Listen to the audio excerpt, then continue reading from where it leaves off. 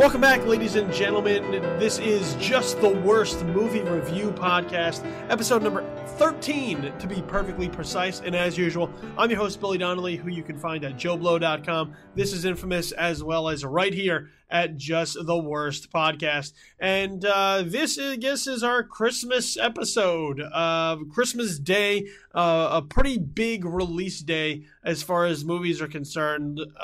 Usually a ton of films get dropped. And well, we can't do all of them, but we are going to pick a few of them out and get into that and break them down and review them and discuss them for you here. And joining me this week for this special episode, special in certain regards, only because it's leading into Christmas.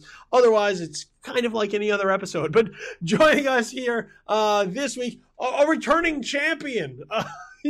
He was actually a guest on the very first episode of Just the Worst Movie Review Podcast, and we brought him back for episode number 13. So you can find his work on the award circuit and Hollywood News, as well as follow him on Twitter at Joey Magidson. So Joey Magidson joining us. Thank you very much, Joey. I know it was last-minute scheduling. We had a cancellation, and in like Flint you were.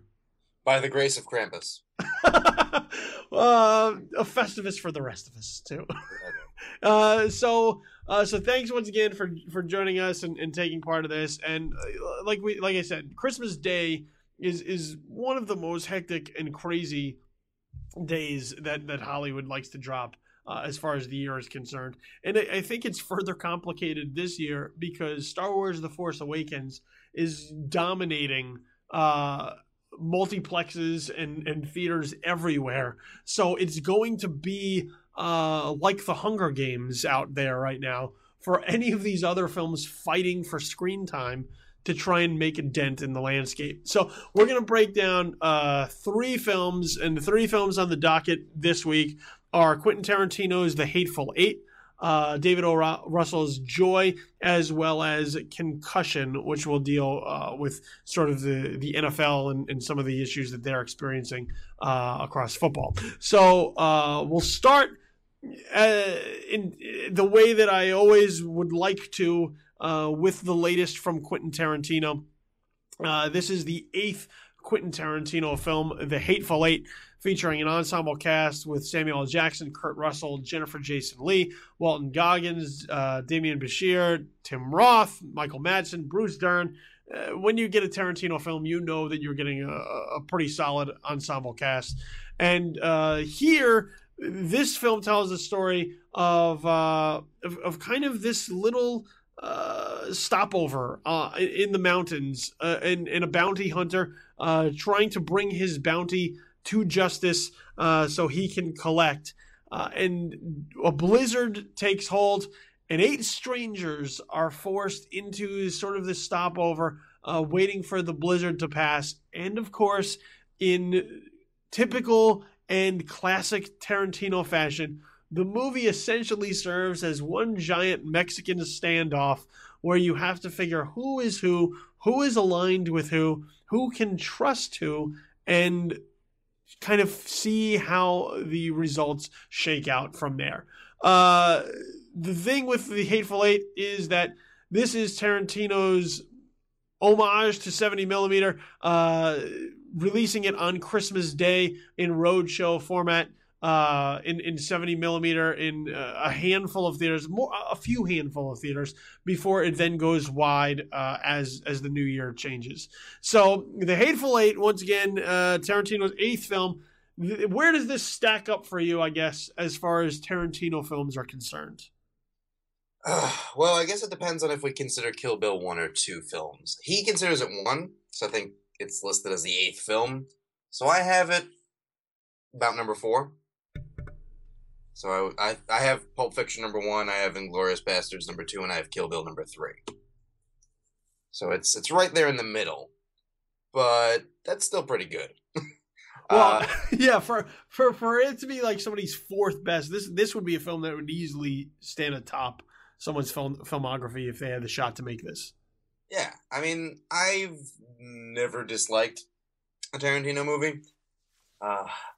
The probably lesser Tarantino, I guess, for me is Jackie Brown and Death Proof, even though Grindhouse on the whole I love inexplicably. Uh, this is better than Django, so I guess that will inform some people. Like if you thought Django Unchained was fun and a little different and really good Tarantino, this is even more of that. And if you thought it was too talky and a little full of itself, this is that too.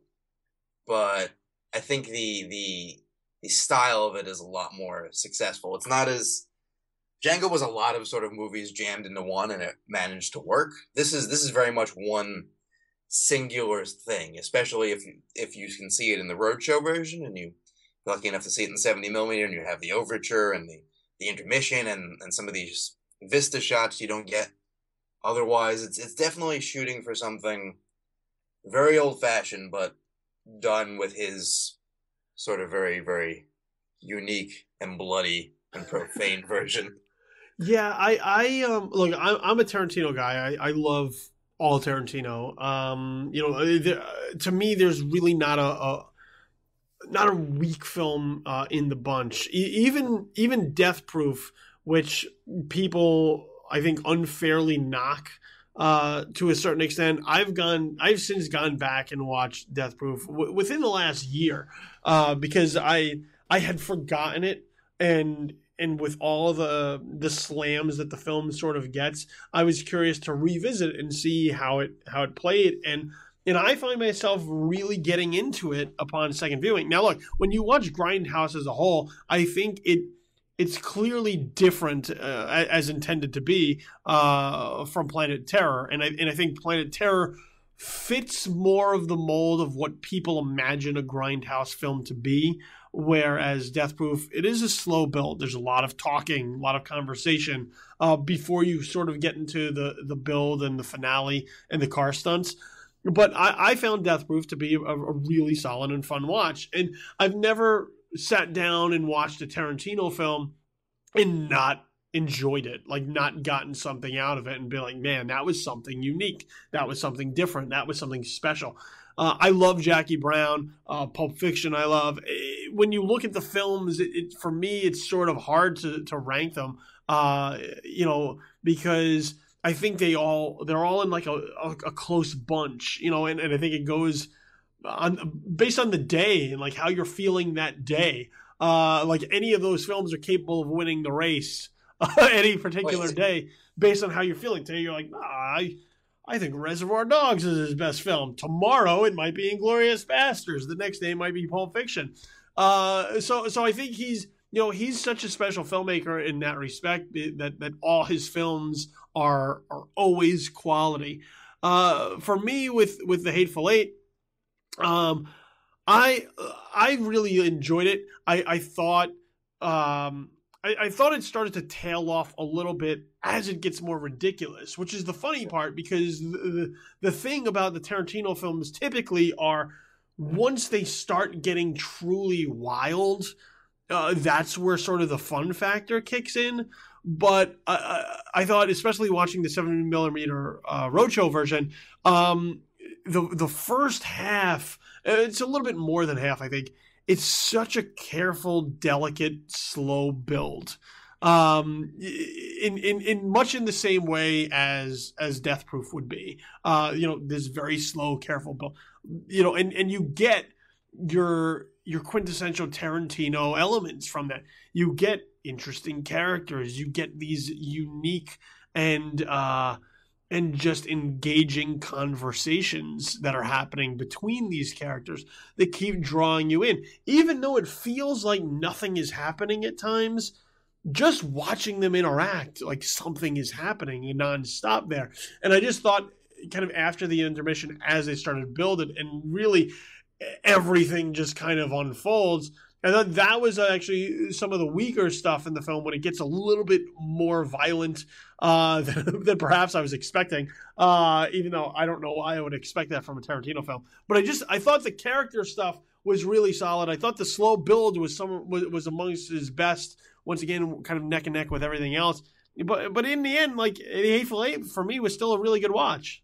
Yeah, there's it's some of it's hard to sort of talk around because it is more, it's the first Tarantino movie where really spoilers come into play.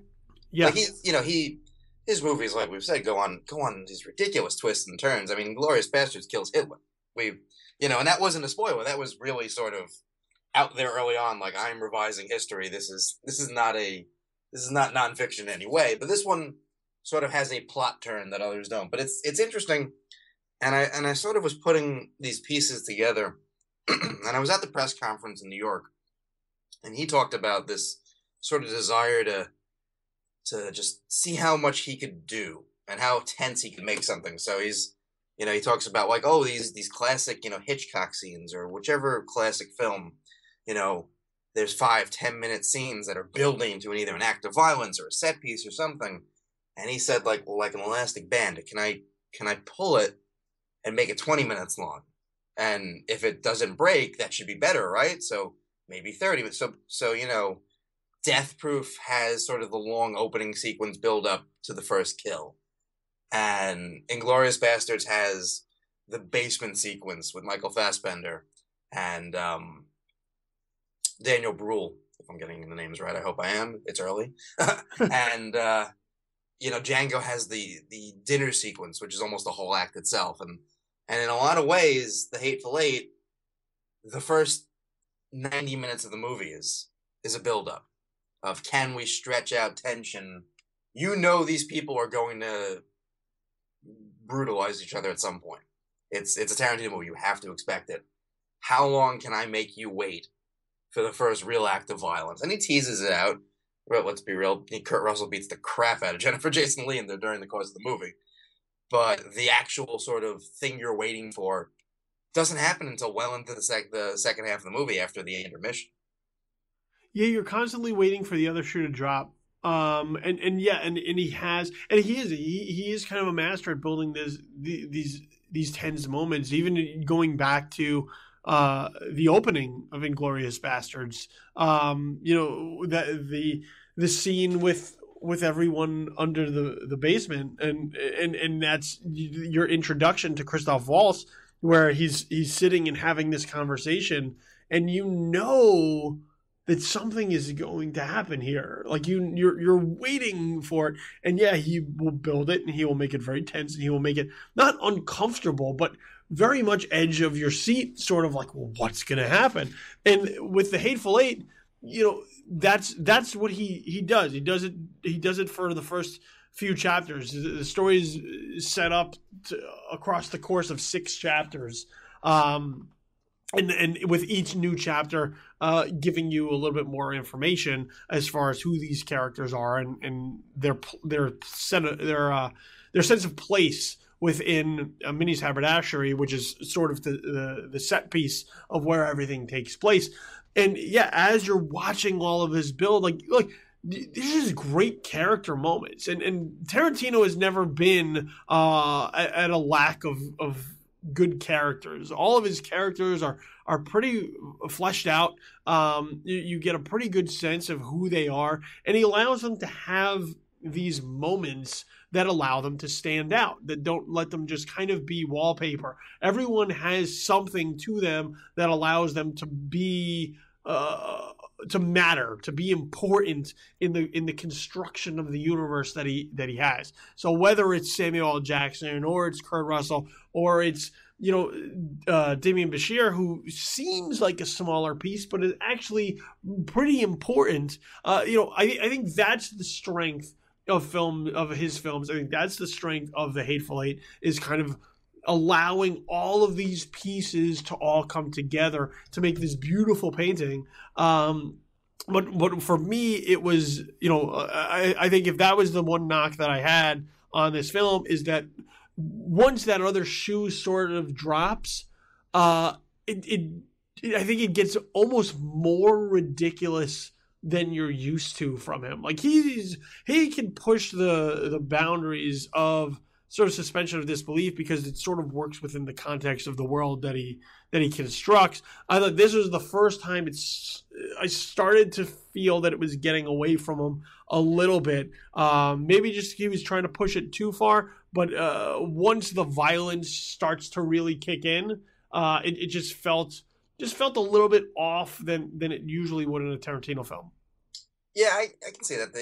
There were 2 or 3 moments where I started to wonder what was going to happen. Like, the movie begins with the first 3 characters sort of introducing themselves, and then we get a 4th, and it's that way for basically the first chapter and change. And as they're riding towards Minnie's haberdashery, and they get into this long conversation, 2 characters, about sort of post-Civil War racism, in a way. And it's Tarantino style, and it's not really on the nose like that, and it's funny, and it's dirty, and it's interesting. But it goes on, and it goes on, and it goes on. And you start to wonder, like, we haven't met half the characters yet. When are we going to get there? And once you get past that moment and they arrive, things pick up again for a while. And I would say even until the intermission. And when we get back, to me, it was a brilliant choice. Tarantino narrates what happened while we were gone. Time didn't stop. The 15 minutes that the intermission's there, the characters were doing things, and he sort of fills in the blanks, which is this really sort of. It's hard to explain why it works as well, but you cackle when it comes back and you realize what he's doing.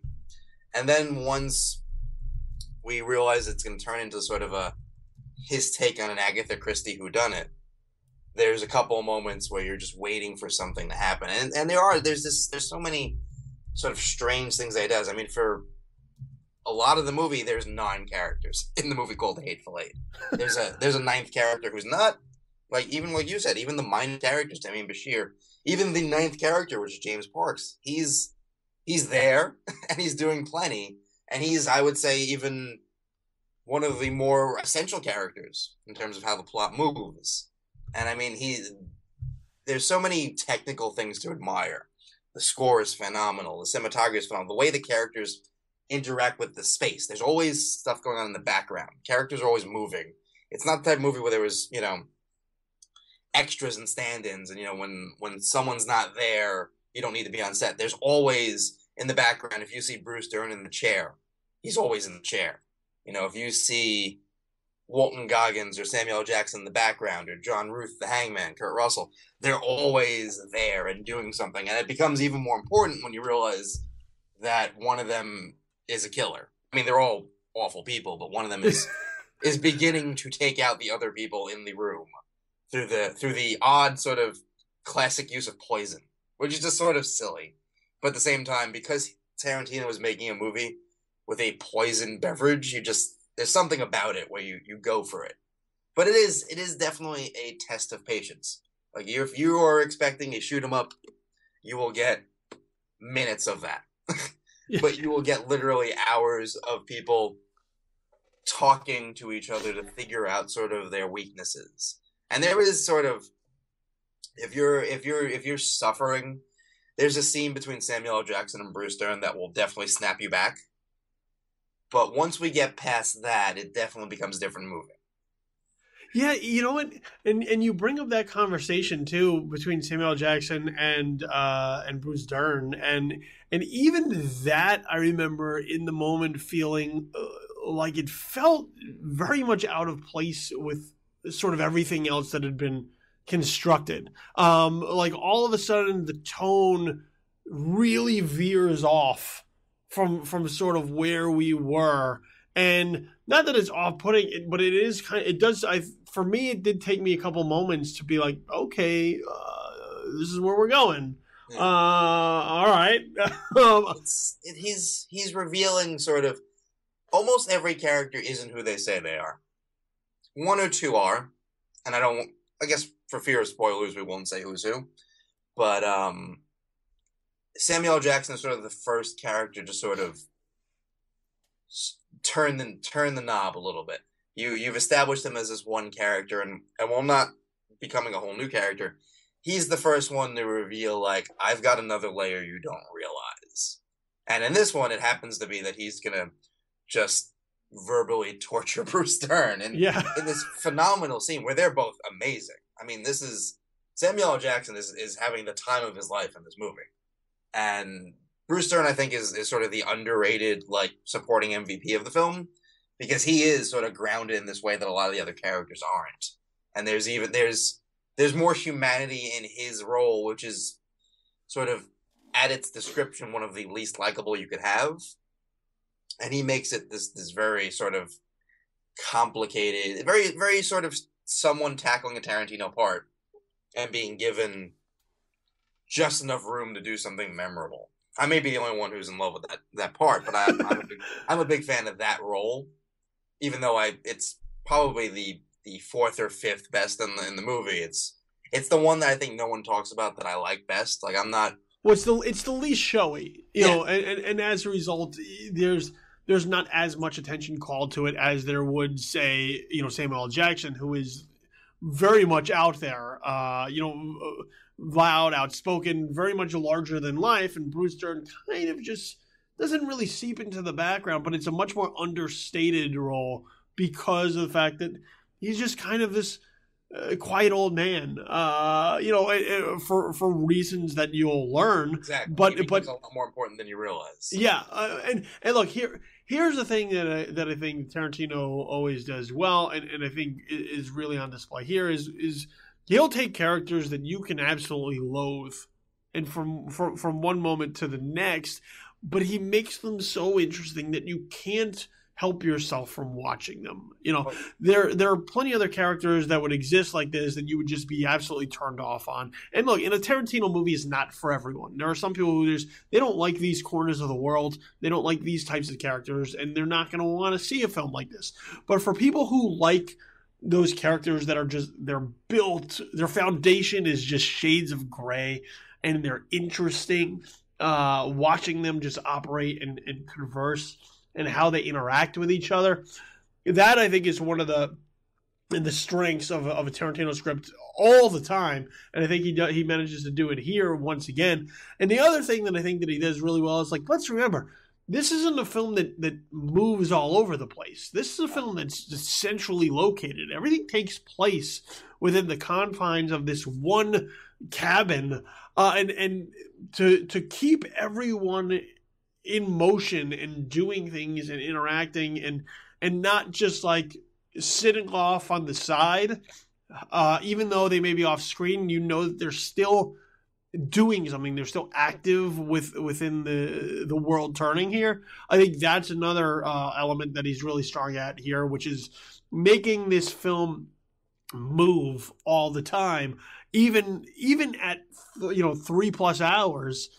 It doesn't really feel like 3+ hours. Yeah, there are some lengthy segments, but it moves. It doesn't feel like you're there forever watching this. It feels like it's going nonstop all the time. Oh yeah, and when you talk about sort of the characters, the sheer fact that you want to spend 3 hours with characters, I won't say how many because shocking, there's not 8 the entire movie, but you sort of, for the first act or two, and then your allegiances are sort of set up with John Ruth the Hangman, who is going to be a controversial part because of how much he hits Jennifer Jason Leigh's Daisy Domergue, who is vicious. And then you have Samuel L. Jackson, who's, as we talked about, not necessarily as nice a person as he may seem. And then you have Walton Goggins' character, who is established as like a Southern hillbilly Confederate racist, and also perhaps lying about being a sheriff, or maybe he is a sheriff, which just means the town they're going to is even shittier than they thought. And those are your heroes, essentially, at the beginning. Like, these people who are sort of bottom of the barrel human beings. And the fact that, like you said, you can spend 3 hours with these characters, then you're introduced to other characters, then things happen.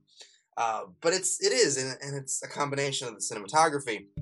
Robert Richardson, who works great with Tarantino, Ennio Morricone's score, which is very, very, like, if you listen to it without hearing the movie, without hearing in the context of the movie, you might think it's almost like a B-movie thriller, almost like an Italian horror film.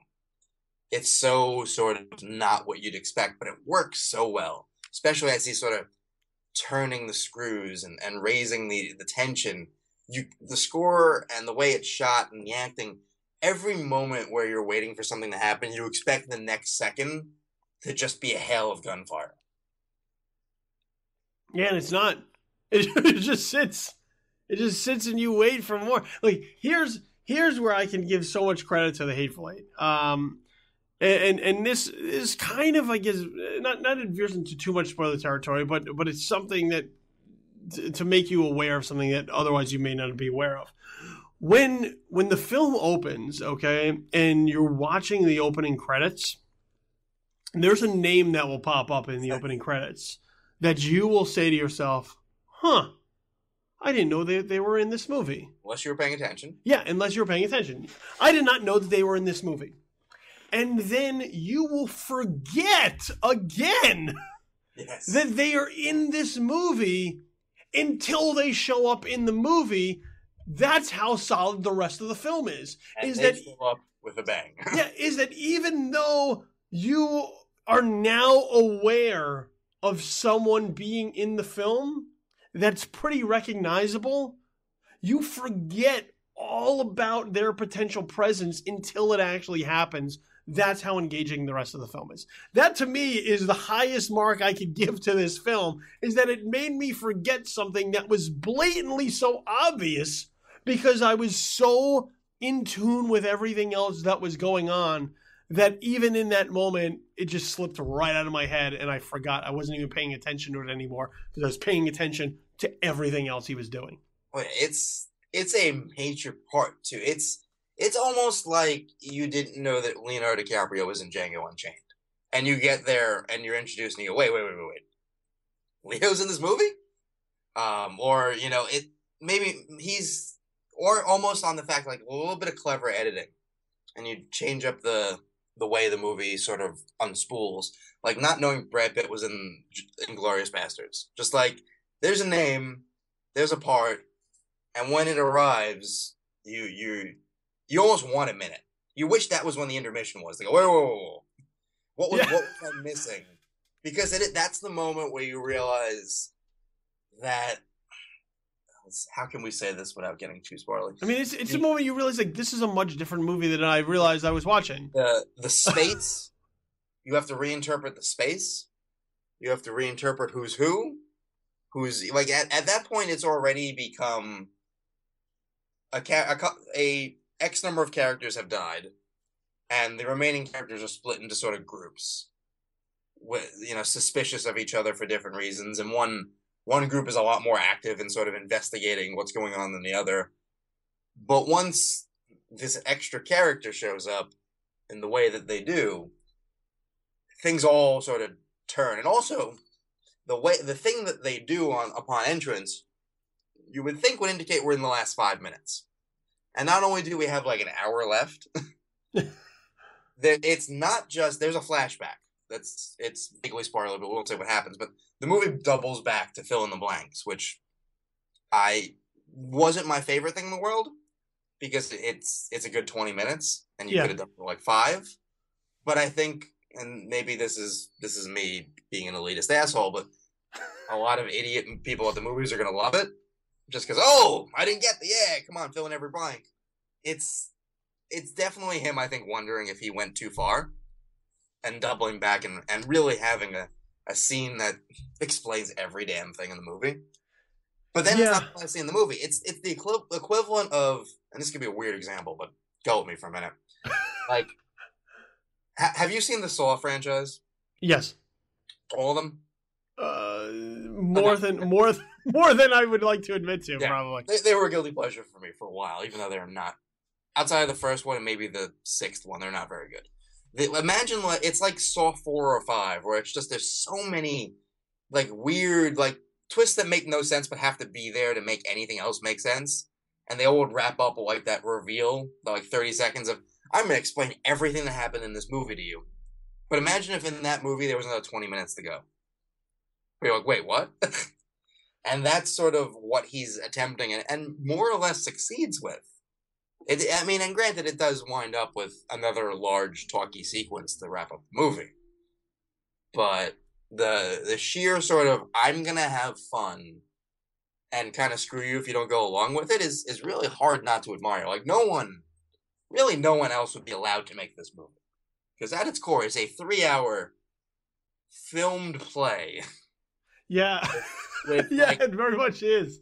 There's a projectile vomit sequence.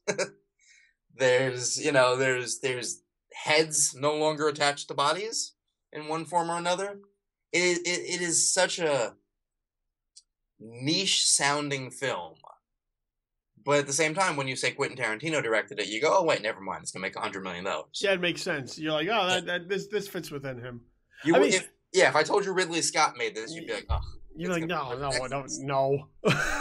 Yeah, I mean, look, the film shifts a lot, and there are times where it'll throw you for a loop. And look, I think upon a second and a third viewing, when I really start to see it as a whole, I think it would actually wind up playing better. I think the first time it's a little bit rough at times to kind of go with him in these certain directions because for a long time, remember, it is a lot of build. You're trying to figure out what it is and what's happening, what's the purpose, what's going on here. Even though Kurt Russell pretty much lays it out, like I'm taking this person in, this is my money, everybody stay away. Once again, you're waiting for the other shoe to drop. Oh, and so much, especially.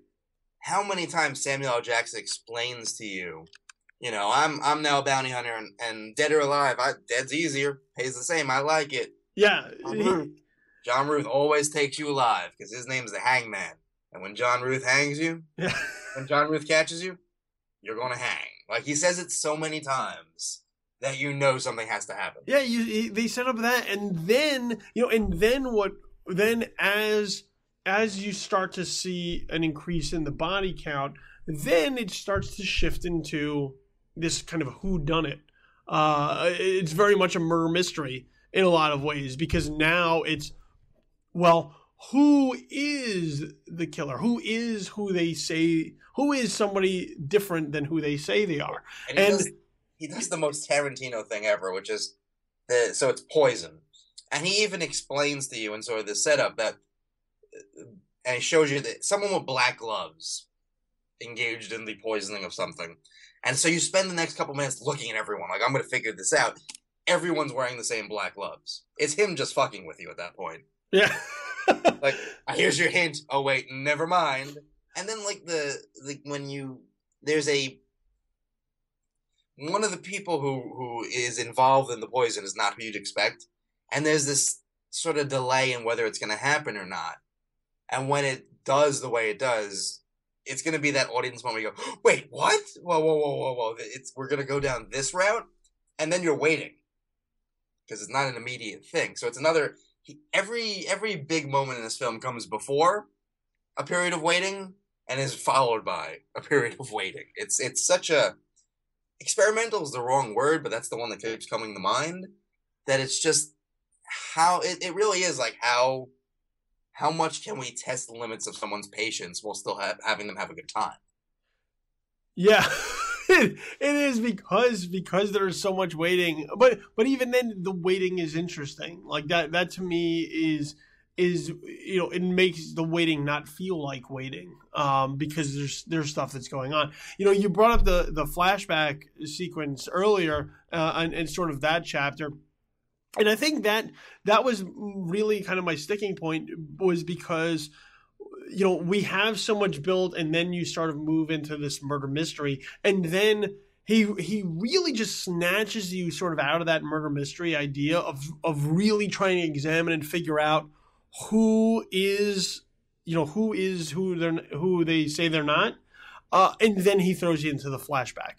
And I thought I would have liked that murder mystery feel maybe to hover a little bit longer in the film because at that point it's a game It's, who's smarter here? Like, is Tarantino going to be able to outsmart me here with whatever direction he's going to want to go in? And in most cases, the answer to that is going to be yes. He's going to be able to throw different tricks at you in order to kind of lead you in directions, misdirection, different clues, whatever, to lead you in the direction that you didn't expect to go down. And I would have really liked to see him go down that path a little bit further, to see what he could do with it, as opposed to kind of doing it in short fashion and then going to the flashback, kind of giving us answers like spoon-fed to us, and then moving on through the rest of the film. So I think that was my major gripe, and I think that's kind of why I don't like the second half as much as I do the first, is because, he just gives it right to you, and I would have liked him to kind of play a cat and mouse with us a little bit. I think it would have drawn us a little bit further in, but by and large, I still do like the film. Yeah. Aside from, if that had come a little later in the movie, or maybe split into two parts, or was only half the length, the second half for me is almost perfect, because it just flies. But that is sort of the one moment, and maybe for some people it'll be perfect because it'll be a breather. You may need a breather at some point. You don't need a breather. That comes like right after the intermission. It's a little after the intermission. The intermission comes, if I'm remembering correctly. There's no one's died yet. So there's a lot that has to happen once you get back, and then sort of entering the third act, which is hard to believe you're only first entering the third act. That's when he sort of flashes back to fill in the problem is it fills in every blank. Yeah. Like, why is, a rug in the place that it is? Why is this out of place? Why is there a stain here? Why? And then the problem is it leads you with a couple of questions you probably don't need to have because he's not interested in them. Like, he introduces more characters, which you have to understand, like, oh, they're here for one specific reason. But there's one that sort of is more on the outside of the building. He's not in the haberdashery for the whole time. And just, there's things about that make you wonder, like, how come no one noticed that later on? Is for something so careful. And maybe it's intentional that, like, oh yeah, people would ignore, like, a trail of blood or something like that. But it is one of those things that might turn the detective in you on maybe a little more than he wants, because he does want to conduct what you're paying attention to. Yes, very much so. Look, by and large, I think there's very little to gripe about. I think there are a couple of sticking points, but look, this is quintessential Tarantino. You want a Tarantino film? This is right up your alley. And look, if that's your bag, I think it's going to be just what you want it to be, and you're going to enjoy it. If Tarantino is not your taste, it's probably not going to change with this particular film. Yes. So that's the Hateful Eight, which once again, 70mm roadshow version hits on Christmas Day, and it will hit wide on December 31st in digital release. The next film we're going to talk about is Joy. This is the latest film from David O. Russell, starring Jennifer Lawrence, Robert De Niro, and Bradley Cooper. And it's a biographical film of some nature, telling us the story of Joy Mangano, who is the creator of the Miracle Mop, and ultimately the struggles that lead her to become this entrepreneur, whether it's her family, whether it's financial, whether it's entrepreneurial, but along the way you'll get some sense of everything that Joy had to endure in order to reach the heights of becoming this successful inventor / businesswoman. Once again, this is Jennifer Lawrence and David Russell pairing up once more. What did Joy kind of do for you as a film? Very little. Well, that's not. I mean, here's the thing. My initial reaction was fuck this movie, but because I as a general rule, I really like David O. Russell. I might actually say that Silver Linings Playbook is his best film, which is sort of a minority opinion, but sort of to give you the sense of how I go with him on these adventures. Like, my second favorite film is Spanky and the Monkey, Like I'm cool with whether he's shooting for an Oscar or just being a weirdo, but something was off here. And here's Jennifer Lawrence is great. She's phenomenal. Without her, the movie would be a problem, real big problem for me. Robert De Niro is really good. They both, working with David O. Russell, bring out the best in themselves. I don't know why, but it's great. They should always work with him.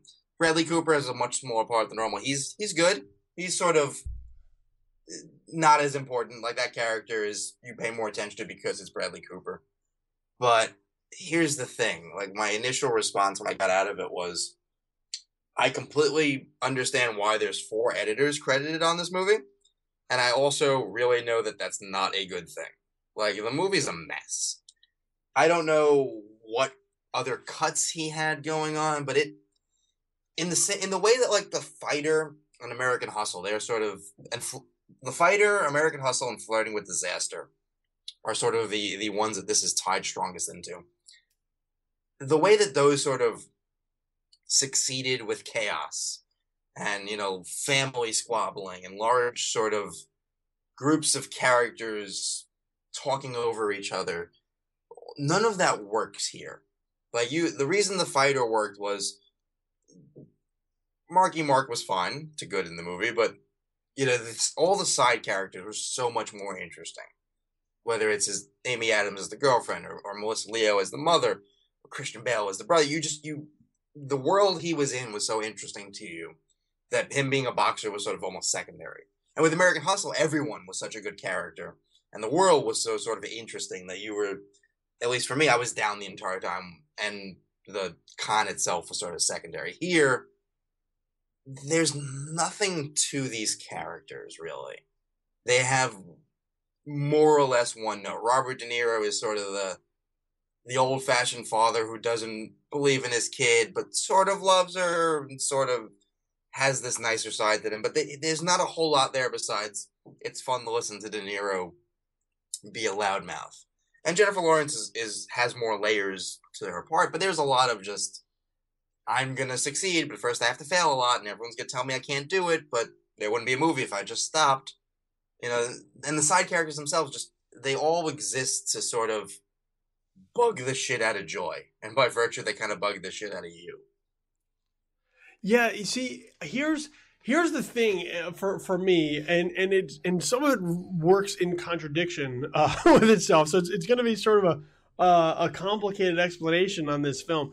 I'm not a David O. Russell guy. I have problems getting into his films. For the most part, I cannot stand his family dynamics.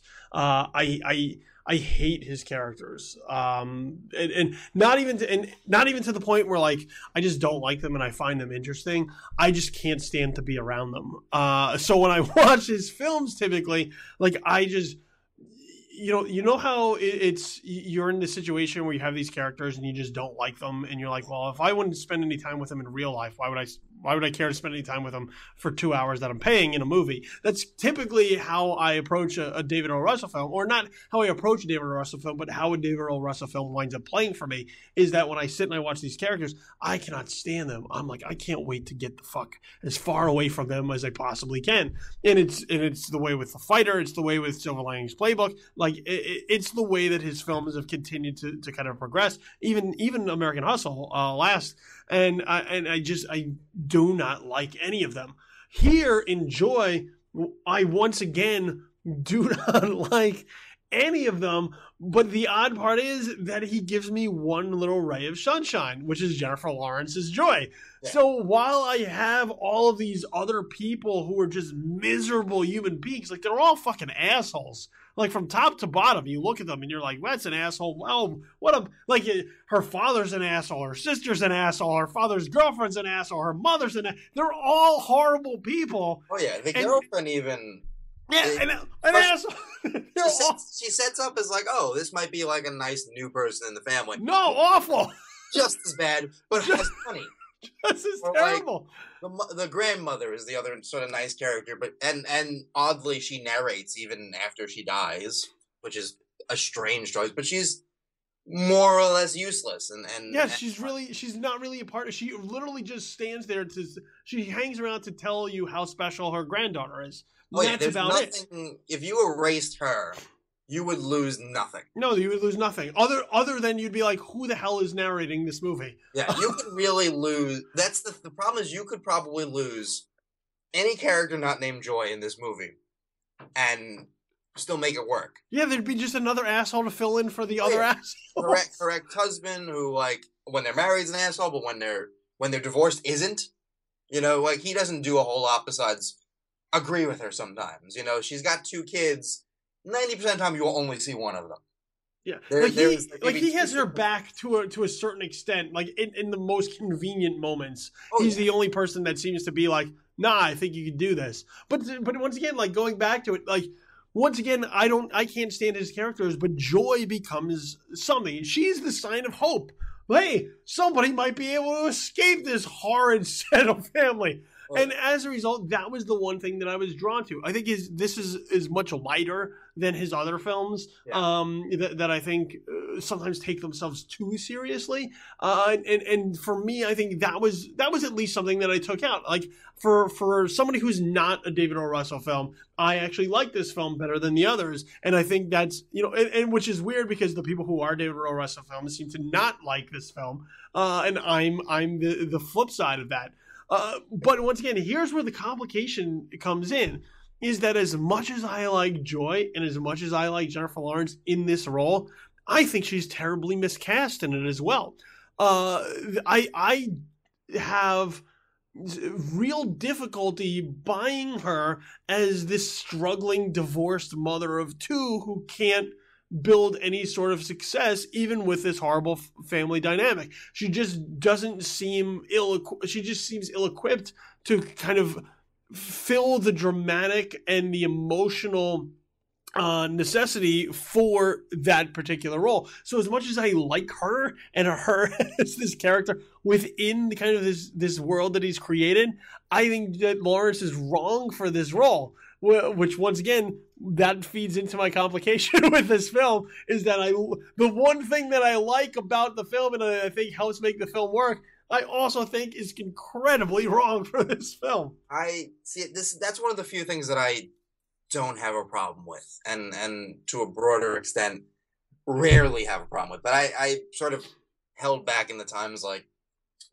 on the award circuit and other places where people sort of early on bashed the casting. I was like, wait and see, we'll see what happens. Having seen the movie, I'm very mixed on the movie. Granted, it starts out pretty good for the most part, and it ends really, really well. There's an amazing scene where she sort of figures everything out and sort of finally gets a win, and you're all about it. Like, that's a vintage, like, if you're a David O. Russell fan, like, that's a great scene. That's up there with De Niro's, like, speech in Silver Linings Playbook is, like, sort of designed as a stand-up and cheer moment, but it works. But when you watch her, she goes from in her teens to probably her late 30s. And I know a lot of people aren't down for it. I don't mind. And I think a lot of it is just we're so sort of conditioned that to watch a single mother, they have to be deglammed in some way. They have to be older. They have to be beaten down, and, like, you have to, like, I want to say you expect, like, almost Laura Linney in this part, like, just someone we'll make her look a little younger from when we need her, but she has to always look like she's about 40, because, like, mentally she's there, and I kind of like that they didn't go that way, because in real life there's maybe I just have interacted with like lowlives, but I've seen people in their early 20s with 2 kids who still look like, they're, if you didn't know, you'd be like, oh, cool, you're a functional human. Oh, wait, what's happened to you so far in your life? Oh, okay. Yeah, but that's because they put that facade out there. Usually, like, they just look tired. Like, I was about to say, you're in Florida. You've seen some real disasters. Yeah, I said, I mean, look, even just my wife. My wife is beautiful, but hold on. But my wife is a nurse. She works overnight shifts. She's in grad school. She's helping around the house with the family. Like, when she wants to make sure she looks good, or when she goes out, she looks good. And even regular, without all that, my wife still looks amazing. But they're like just hanging around the house. You can see my wife and just be like, she just looks tired. Like she just looks tired all the time. And for Jennifer Lawrence, who's like everything is thrust upon her in this film, like everything is thrust upon this character. She's helping at her father's business. She's trying to make a business of her own. She's taking care of the kids. Her father now has to live with her. She has to take care of her useless mother. She has all of these things to do, and yet Jennifer Lawrence still always manages to look pretty chipper through most of it. And look, I think Laura Linney would have been great in this role. Now that you bring it up, but that is the part of where I thought it was miscast. Is like, look, I like Jennifer Lawrence. I think Jennifer Lawrence makes it work because she's just a dynamic figure. Yeah. She's a figure that you want to see succeed. When you look at De Niro, and you look at Edgar Ramirez, and you look at Virginia Madsen, and all these people around her that are kind of holding her back, It helps that she looks like this, and that it's Jennifer Lawrence, because it makes her stand out as, once again, kind of being this ray of sunshine in this really dark, cloudy landscape. I just thought, and I think that's just what helps make it work. But once again, with some distance, I looked at it and be like, I think it could have been cast a little bit better. And I think it might have hit home with the emotion that I think it's missing right now, had it been somebody else who does feel kind of beaten down by the world and is able to kind of rise up against that in order to taste success. I think it's going to be kind of like how we discussed DiCaprio and Scorsese. Early on, or maybe even to this day, depending on the movie, you might go, yeah, that's a brilliant decision. They're great together. Or imagine if someone else had been in Gangs in New York, or imagine if someone else had been in The Aviator. I feel like, because I get the sense that Jennifer Lawrence and David O. Russell are going to work together for a long time, you're going to have certain movies where you go, well, maybe this one, if they hadn't worked together, would have worked better or worse. So I think this one might end up being an outlier.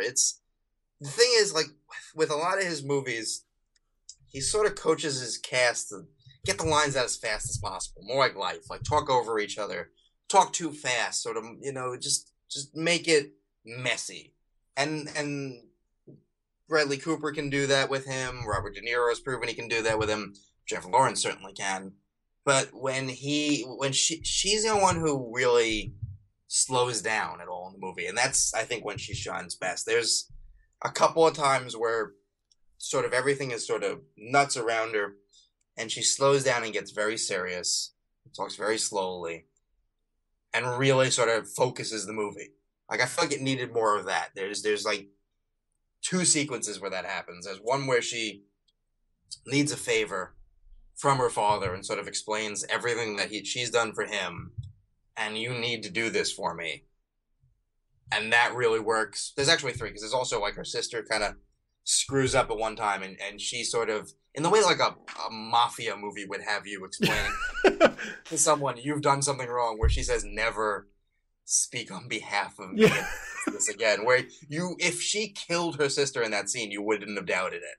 And then at the end, sort of where she finally tracks down this sort of business person who's been giving her a lot of problems, and she's sort of figured out how to solve some of her problems, and she lays it out, and you just watch this guy realize, like, oops, I done screwed up, and she's not the housewife we thought she was. They all kind of underestimate her as like single mother, like she should really just go get married again and like go be quiet.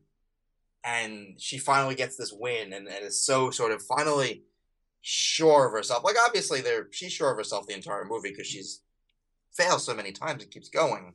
But that's the one time where you really kind of buy it, because a lot of the other rest of the movie, if it wasn't Jennifer Lawrence, yeah, you might go, okay, Maggie Gyllenhaal, go home.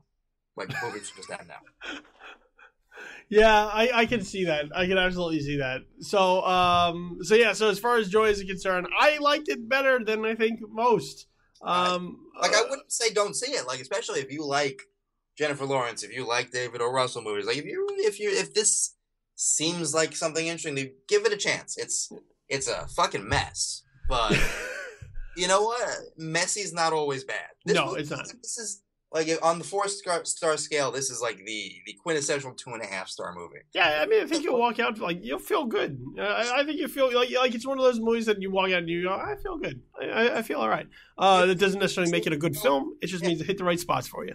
If you pay $12 to $15 to see most Meryl Streep movies, this is at least as interesting. Yeah, I although I think if you are a David O. Russell like diehard, I don't know that I don't think it's gonna hit for you.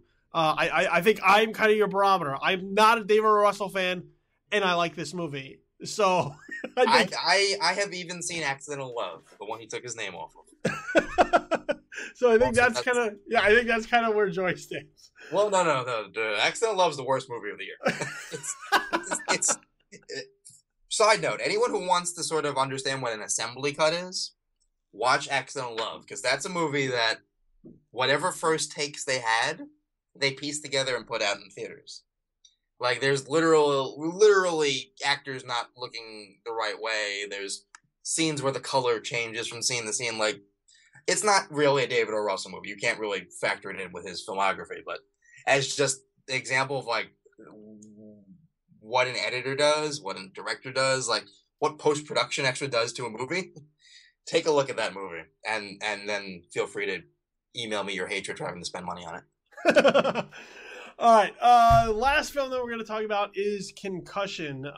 This is the Will Smith film where he plays Dr. Bennett Amalo, who is a forensic pathologist who essentially uncovers CTE, which is chronic traumatic encephalopathy. I butchered that. You need to say it with an African accent. You'll be able to get it done. Whatever, just CTE, which essentially is the brain damage that football players are suffering through later in life as a result of their chosen profession. And this sort of tries to put a dramatic spin on his discovery and his sort of battles with the NFL to make this information apparent to everyone and inform not only the players but also the general public.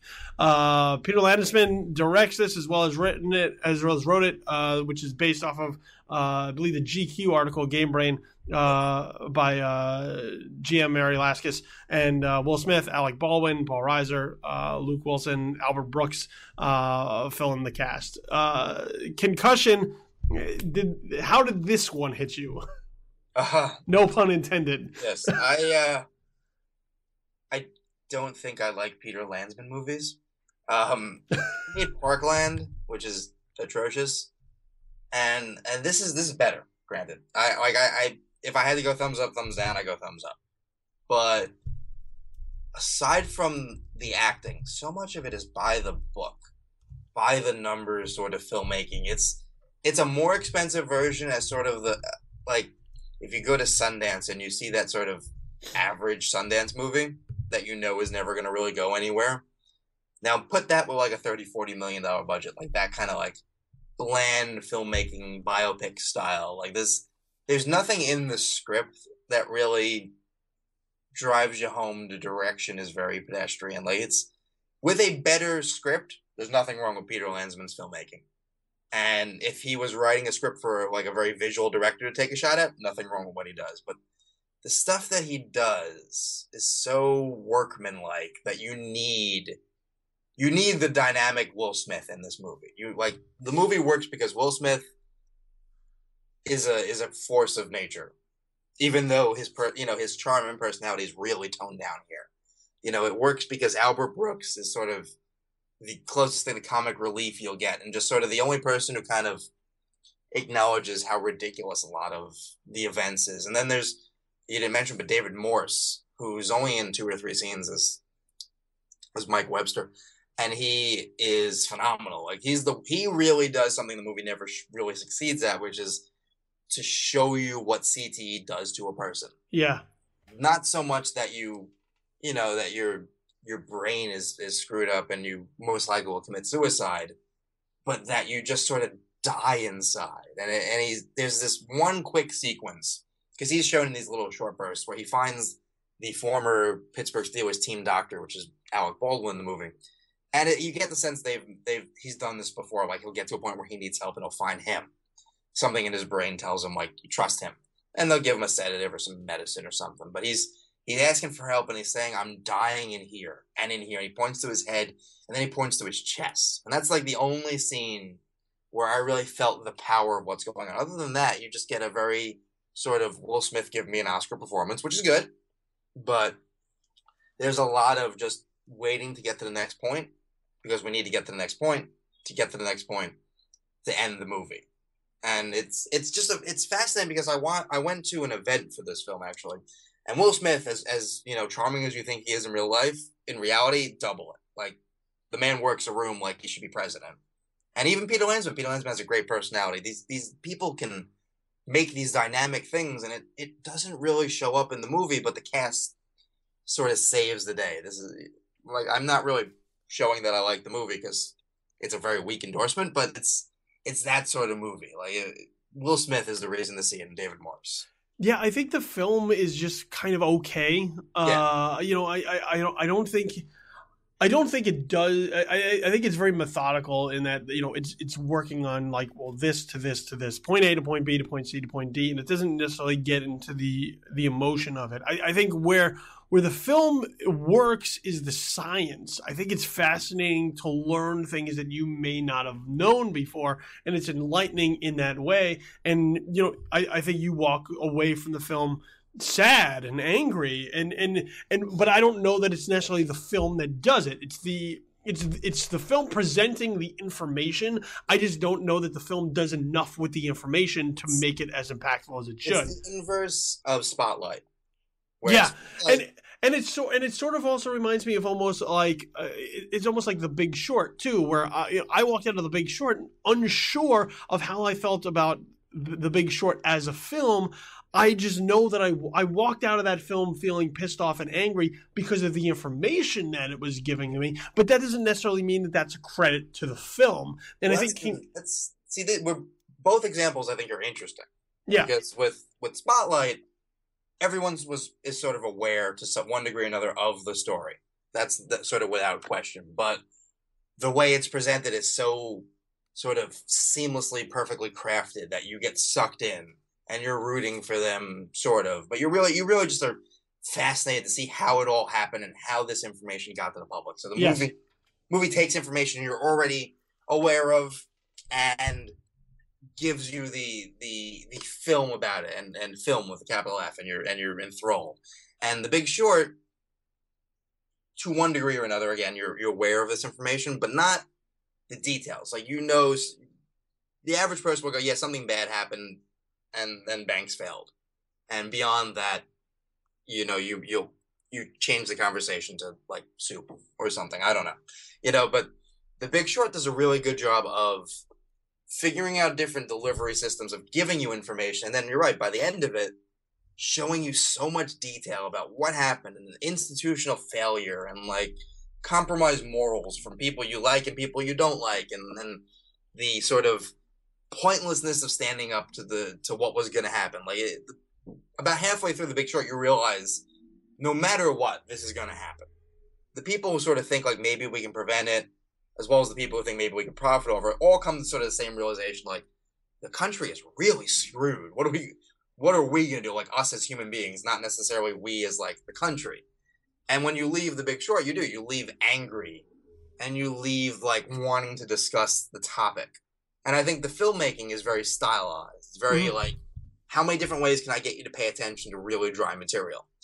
And whereas Spotlight was, how many ways can we effectively get you this information about how the information you already knew about was delivered? And with Concussion... Yeah, I don't think it does any of that. No. It's like, how can we give you the information in a way that was adequately budgeted and accepted by all parties? So yeah, it's very textbook. It's very textbook in that way. I mean, look, I think it's a good conversation starter. I think it's something that will provoke people to talk about CTE and football and how we embrace football and the NFL and what its role is moving forward. Like, I have a very complicated relationship with football right now. You know, I grew up a football fan. I know you're a football fan. I'm a Giants fan. You're not. But, That's but we have, this was something that was kind of in us. We grew up in markets and in cities that embrace football,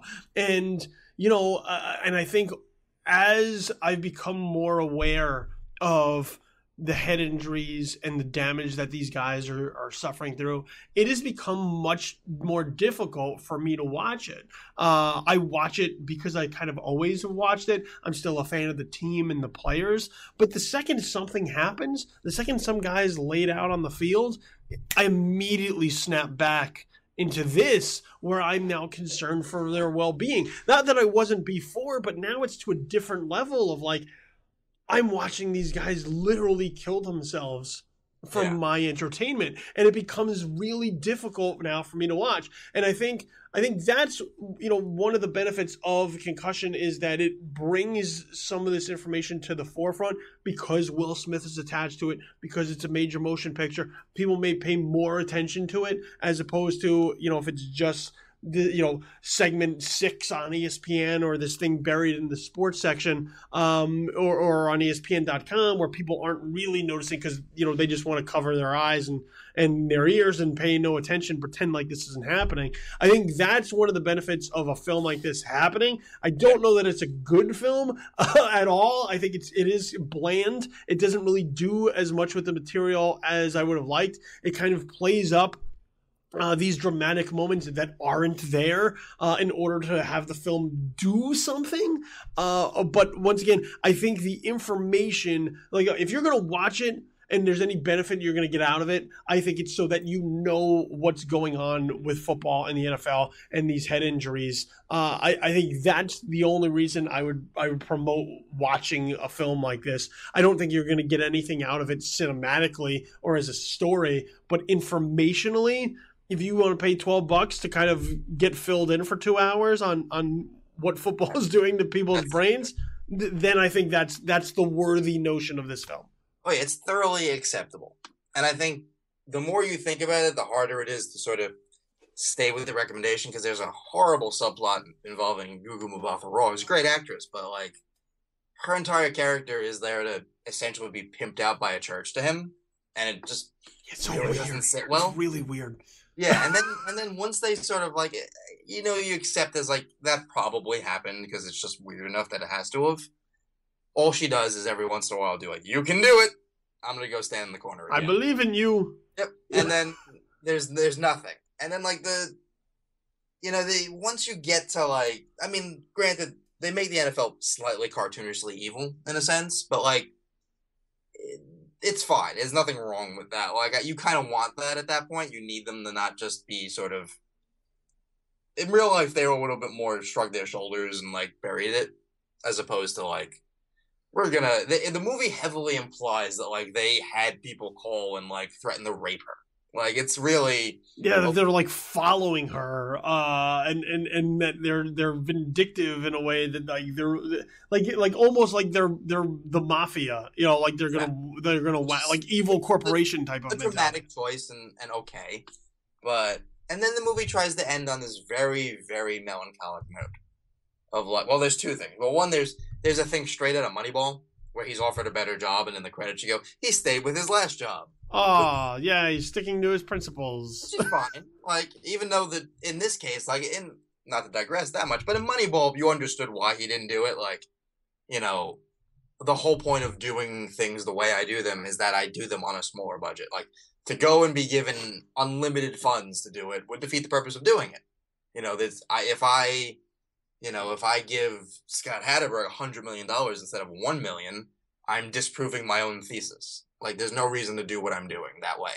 Whereas in this case, he's essentially being given like the top job in the field.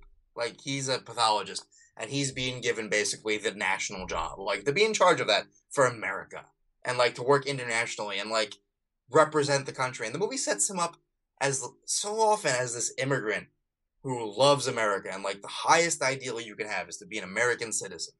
And obviously it's sort of the pain of having to essentially ruin an American sport.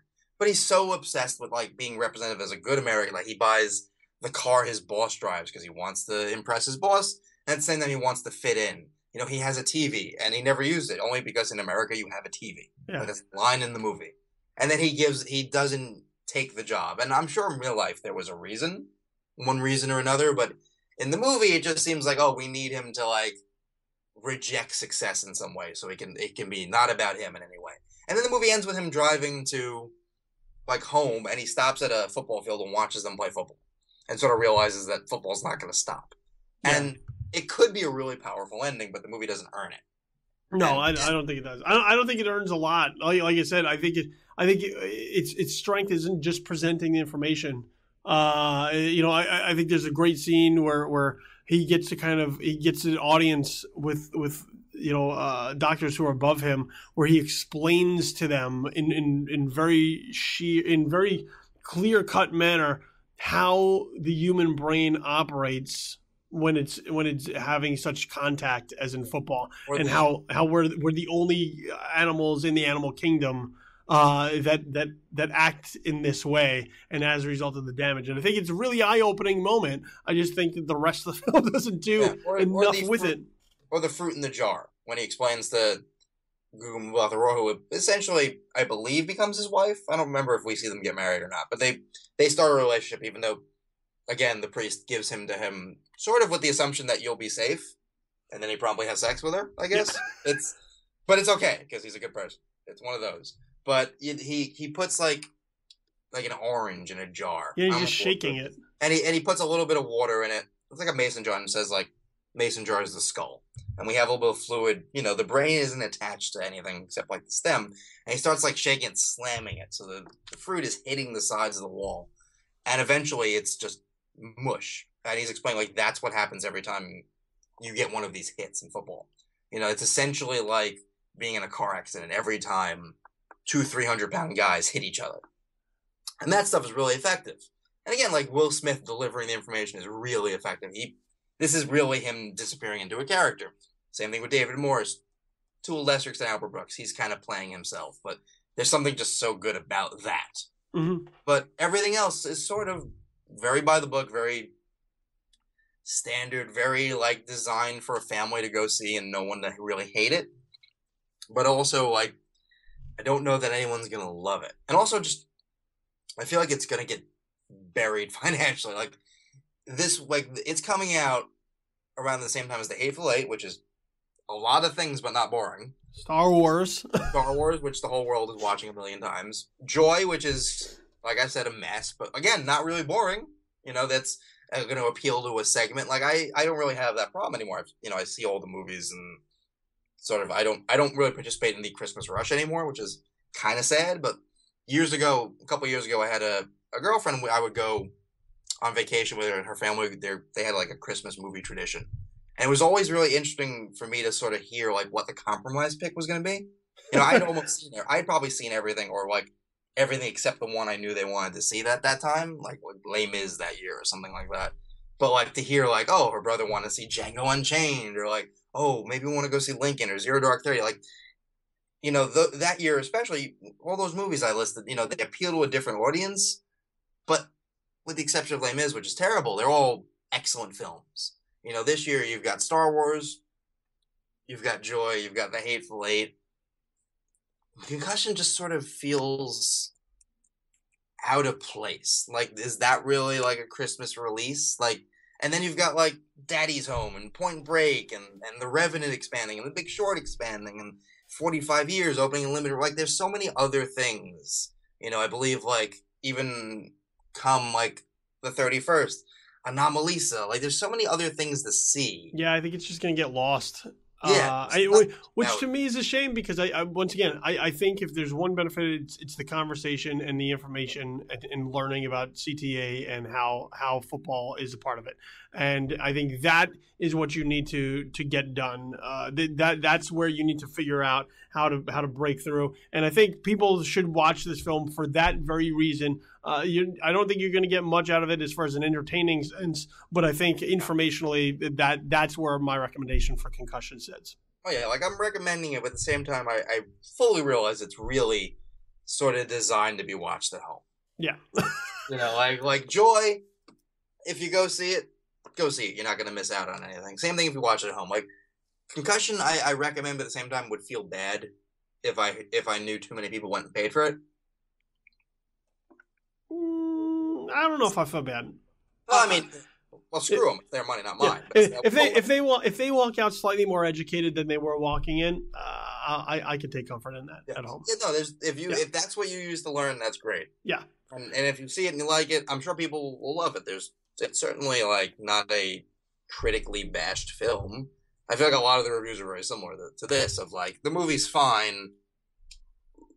I feel like maybe Will Smith is slightly overpraised, but still, quite good. Like, it's over 60% on Rotten Tomatoes. It's, sort of listed as a solid film, but like, you'll be all right.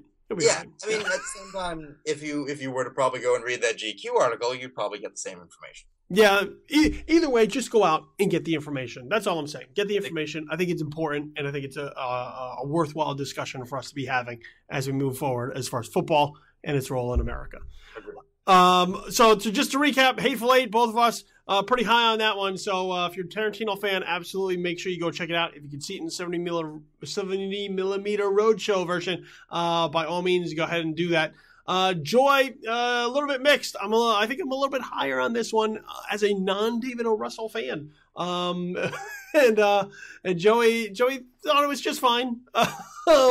But I think if you're a David O. Russell diehard, I think you're going to find more problems with it than none. And I think you're going to find problems with it, honestly.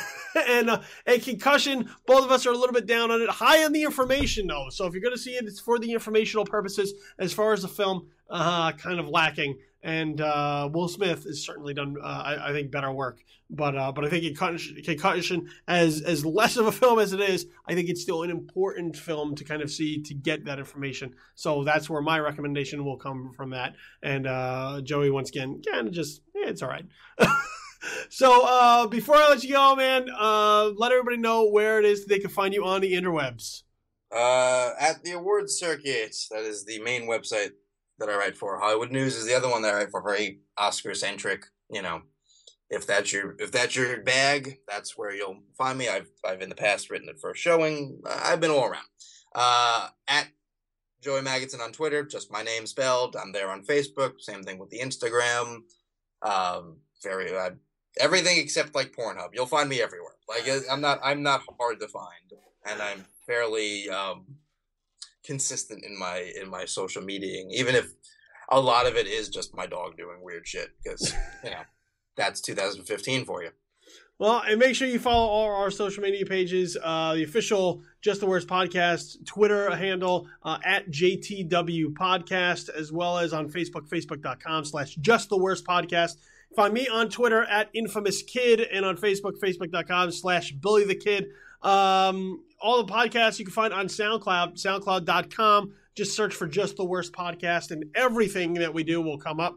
And over the holidays, I've been assured everything is being lined up. So your RSS, your iTunes, your Stitcher feeds. I know I've been saying it for weeks, but I've been told that before 2016 gets here, we will have them. So hopefully by next week, you'll be able to get them. But in the meantime, Just the Worst Podcast on SoundCloud.com. That's where you are to find everything. And you can find all my work at JoeBlow.com. This is Infamous. And of course, right here, Just the Worst Podcast, all the shows week in and week out. So with that said, 3 movies to go ahead and check out. There's a lot more out there, including Star Wars The Force Awakens. But either way, there's always something good out there if you look hard enough. So go to it. It's the Christmas season. There's tons out there for you to be able to check out. For Joey Magidson, I'm Billy Donnelly. This has been Just the Worst Movie Review Podcast, episode number 13. You have yourself a fantastic holiday, and I'll be back next week as we wrap up the year. So just have some good time with your family and your friends. We're out. Peace.